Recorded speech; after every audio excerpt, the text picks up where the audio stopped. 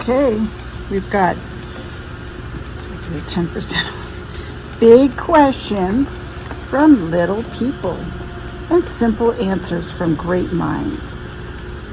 This is compiled by Hema Elwin Harris, and I took the cover off for the time being because I really didn't want to get this all bent and dirty, but cat hair, sorry. It's a cute little cover for a cute little hardcover book. Befuddling questions answered by Mary Roach, Mario Batali, Richard Dawkins, Philippa Gregory, Mark Kurlansky, Philip Pullman, David Eagleman, Sir David Attenborough, David Nichols, A.C. Grayling, Elaine de Botton, Carl Zimmer, Jeanette Winterson, Noam Chomsky, Jarvis Cocker, Bear Grylls. Oh, I used to love Bear Grylls. I used to have that nature show, Surviving Out in Nature, and many more. And this was a book that I ordered from a book club situation. I can't remember if it was a school fundraiser or what, but I ordered this for Dylan, and we're going to just dive into it, but I wanted to share the insert. Illuminating and Essential. And it was a little pricey because it was a hardcover book. Big Questions from Little People is a timeless gift, a handbook for curious children and their perplexed parents. Many of the questions children ask in the course of growing up can stump even the best educated adult. Why can't I tickle myself? Are we all related? Who named all the cities? Do aliens exist? What makes me me? Is it okay to eat a worm? Who invented chocolate? If the universe started from nothing, how did we become something? How do you fall in love? Who is God? How do chefs get ideas for recipes? Why are some people mean? I mean, these are all great questions. This charming and informative collection has been compiled from school children's actual questions, which are answered by the world's greatest experts, including, I already read all these names. Okay, so, including everyone we just named. Okay, Hema Elwin Harris, this is the author who she compiled everything, is a freelance writer and editor. A graduate of Cambridge University, she lives in Edinburgh, Scotland, and has a 2-year-old son and two very curious nieces who inspired this book.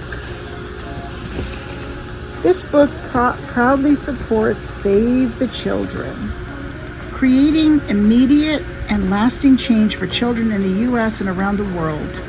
And they have SaveTheChildren.org website. Okay. Well, I have to say I'm very excited to read this book with Dylan because I love a curious mind. And I always tell Dylan, stay thirsty for knowledge, be very thirsty. You'll never quench your thirst because life is always about learning and educating yourself. And you always want to learn. You never stop learning. Even if you're 85 years old, you never stop learning. And you probably learn one new thing a day if you're lucky. So it's just good to always be curious and inquisitive and creative and thoughtful and all those good description words, because that's what makes life so much more interesting than just the boring old cookie cutter day-to-day groundhog stuff. Okay, stay tuned.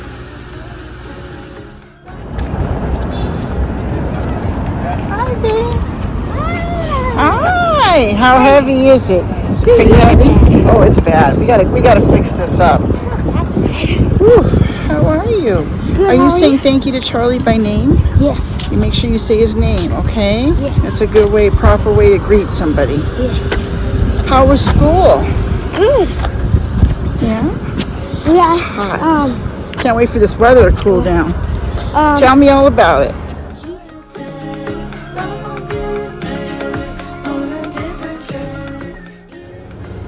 Dylan brings home part of his lunch. So yesterday they had the buffalo wings with the roll, like a whole meal.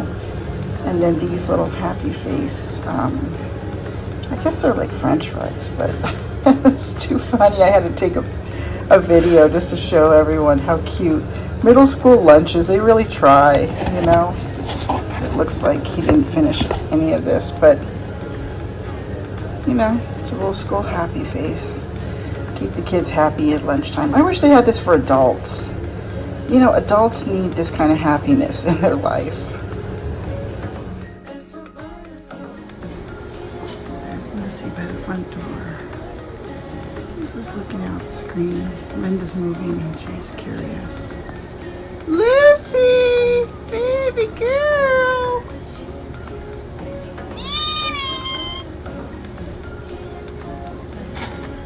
Sweet little girl. I think she's going to the kitchen. No, she's not coming back. In the kitchen. How can I explain it? There's a lot of people I know, they don't visit their parents. You know, even they live like 20, 30 minutes far away from them. Even in America, I have friends that barely visit their parents. They don't spend time on the weekends eating together. They never eat together. Even the mom lives at home. So this is what life should be like. But life is so busy. Everybody's trying to do their own thing. And then when the parents get older, you have family. You know, I don't have family, but I know people that have family, so they don't really have time to spend time with their grandparents. Oftentimes the grandparents are just at home by themselves. I see it everywhere. If you look around here, I see families right here all around. They're all by themselves. You know, the kids don't even come and visit. They talk to her on the phone sometimes. I talk to my mom every day. Before when I go to the beach, I'm on the phone with her. I talk to her. And I know people that talk to their parents once a week, you know, so I don't know. But then I also like the other cultures, the Hispanic cultures where the grandparents live with the kids and the kids take care of the grandparents. I love that idea, you know, that's respect to all those people that do that. They have the elderlies at home and they take care. That's how it's supposed to be, but oftentimes life is so busy, it's not happening this way. But like I said, there's Argentina and all those Hispanic countries, they're really, really family orientated.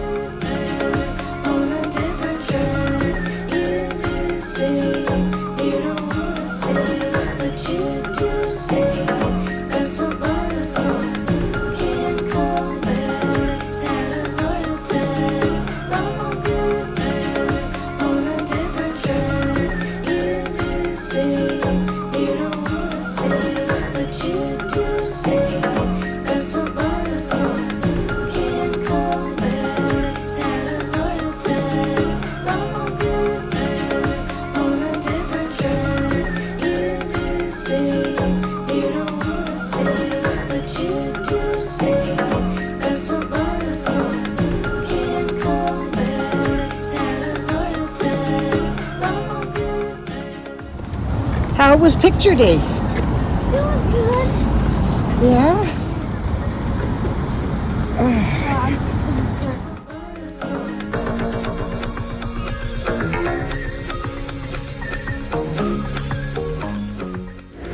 How come you say something to me like, why you got a big belly? Dylan, why do you look weird? What? Why do you look weird? Eating it.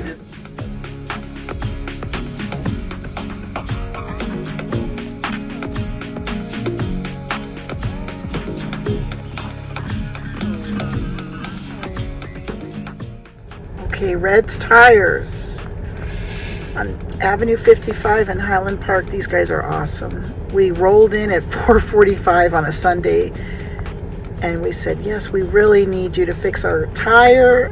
We have a big nail in it. John drove home and got a nail, and we rolled in and they were so nice. The lady gave us some waters and just we're waiting in the car till we have one car ahead of us. And so these poor people, it's like 4:59. They're gonna have to go home late. because we're here waiting to have our car fixed. But it's like literally it's been 100 degrees today, and I'm so grateful that we got to just go through the AutoZone parking lot, drive into Red's tire shop. Terrific. Awesome. Thank you guys. This is the nice lady over here who gave us water. Super sweet. So we'll get it resolved like it never happened.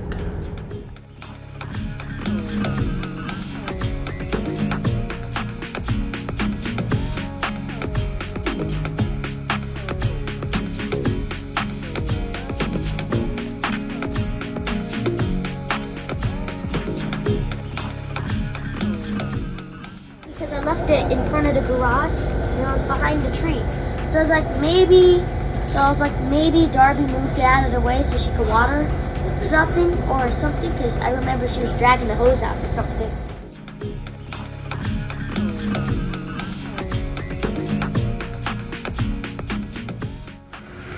I'm going to tell you the story of how my dad came home on a Sunday evening when he ran over a tire that was about this big. And folks, I'm not exaggerating, okay? It was really that big. And luckily, it was like 4:30 and all the tire stores around our town were closed. It's not luckily, it's unfortunately. Unfortunately, yeah, you're right. But what happened, honey? Then, Mommy, found Red's Tires in Highland Park, that's in the city right next door to us, and they stayed open on a Sunday night. They were supposed to close at 5, but they stayed until 6:30 to help fix their tire. Yeah. Huge shout out to Red's Tires. Huge shout out to Reds. They saved our whole work week. Because if we didn't get in on a Sunday last minute for a quick emergency tire repair, which ended up we needed a used tire, but I'd rather resolve it than worry about, not getting it fixed. Daddy was going to wait till Monday, which meant that I would have to let him use my car, or he would have to stay home from work and call off, and it would have just been a chain reaction mess. But we called Red's at 4:30, and Red's wife answered, and she said, yes, come over now if you can get here now. And we did. We just drove right over to Highland Park. Oh, yeah. We didn't even have to take the freeway. The poor tire was flapping. We just got over there on surface streets. Oh. And we were there at like 10 of, and they had one car they were finishing up, and I knew it was going to keep them longer to have us there, but they said, no problem, we'll take you. So we want to give a shout out to Reds because they're a great tire place. They do used and new tires and everything in between. And Red and his wife, and I don't know if they have a son or not, but very lovely family, mom and pop kind of place. And I highly recommend them. They were extremely well priced and everything. 121 South Avenue 55, everyone, Los Angeles 90042. And there's their phone number. Please consider calling them or going to them if you need any kind of tire issues or a quick fix or new or used tires. These people are amazing. Very honest, very great, very professional. Oh, yeah. Shout out to Reds. Shout out to Red's Tires. Thanks for saving our work week. Yeah. Ciao.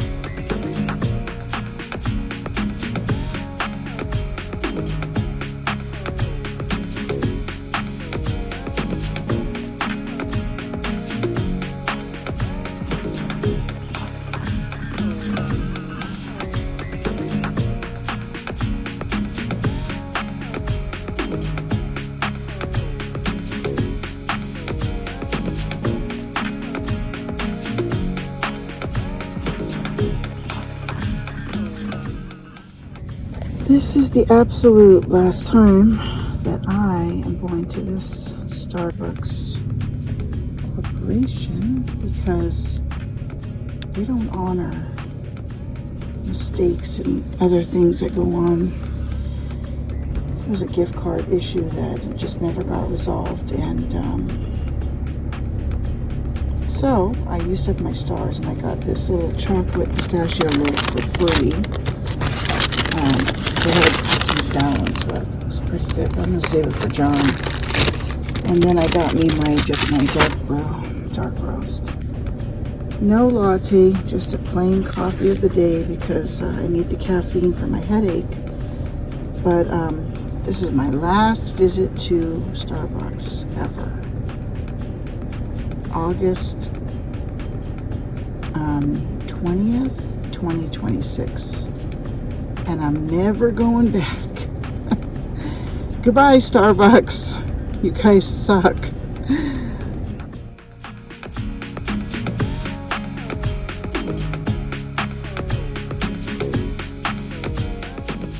Mrs. Fox? The wedding of Mrs. Fox. There once was an old fox with 9 soft, bushy tails who lived with his wife, Mrs. Fox. Let's do it. He loves this. His cat, Miss Cat, the housekeeper. tucked under an oak tree. Hi, Tippy loves it too. She gets in the bed and she's ready to just settle down for the night. Mrs. Fox loved tending to the wild strawberries. Mrs. Fox is gonna eat you for dinner. The 3 of them were very happy together. One cold winter She just morning, wants your old attention. Mr. Fox passed away peacefully in his sleep. Mrs. Fox was very sad and spent Tippy. many days sitting by her window, looking out at the snow and remembering all the nice times she had with him. Miss Cat sat with her, bringing her mugs of warm spiced cider and buttered toast, and never rushed her to feel better. When spring came, word spread through the forest that Mrs. Fox was looking for a new partner to share her days with, if she found someone who felt right. One soft, sunny afternoon, Dylan's all Miss ready Cat for heard a bed. knock at the door. She trotted over and pulled it open, and there stood a young fox with a single, fluffy red tail. Okay, picking up where we left off. Okay, so you were reading. Jocelyn gave me this grimace and said, "Wow, family drama." But I just shrugged because that is what it is like to have a brother who knows everything. You can't win. You can't throw your seats. Oh, you already read all this, Dylan. Unfortunately, even though she says that she is really bad at it, she cannot go with it, ever. She broke her own rule about not airing family business in front of non-family members. The whole way to the dance studio, she kept trying to reassure me that I shouldn't worry about Locke, that failure is impossible. It is a good motto, and that Locke was just trying to change the subject away from his biolab. But it was totally fine. Jocelyn and I were already thinking about our tap class, which we love. Here is the great thing about tap dancing. Your feet are actual musical instruments. And what could be more fun than your body having its own rhythm section? By now, you are probably tapping your foot in frustration, screaming, "What the heck, Susie B?" You started this letter by very alarmingly writing disturbing news, and you even put an exclamation point at the end, which really sold the disturbingness of that phrase. What is so upsetting? Is it that Locke might not transfer next semester? Not really, no. I know that Locke will eventually transfer. How else will he become a famous attorney? The problem, Susan B. Anthony, is the polar bears. As I was going to sleep, I suddenly remembered how Locke said they are going extinct because of climate change. That is not good. Polar bears are the most beautiful and majestic of all bears. How will any of us be able to be with ourselves in a world without polar bears? How, Susan B. Anthony, how? And so now I am going to have to support the rights of all the people and the polar bears all the time. Go extinct. He took my tablet and turned it off. Little sis, it is true that failure is possible. Bad things happen to people and polar bears who don't deserve it, but that's why we fight on, right? Or, well, it was something like that. I'm pretty tired, for sure, he said, fighting. Well, this is what reading does, everybody. Makes people get sleepy.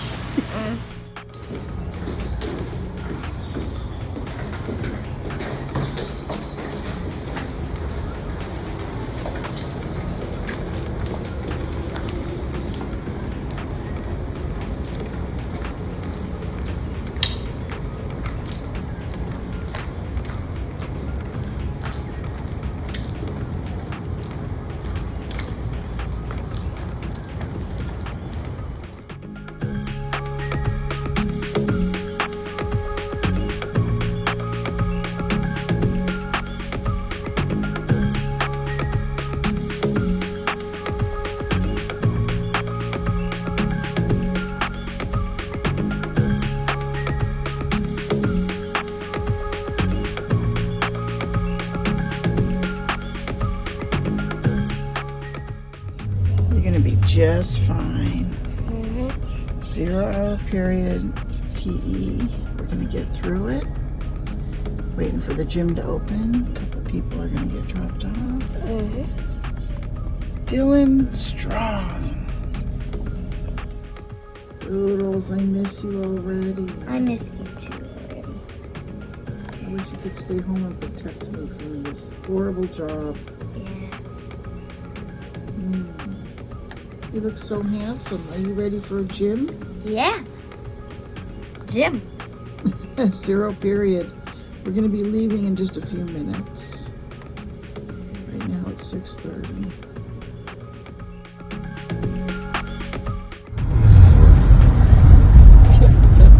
Okay, first day in gym clothes. Oh yeah. You're now in uniform. You're going to wear this every day. First day, we put some sunscreen on. You're good to go. Happy Thursday, everyone. Happy Thursday. Oh, no, it's Wednesday, right? Or Wednesday, yeah. Look at this sweet little... That's Edison. He got tall. Okay, you want to go get out with your friends now? Sure. Okay.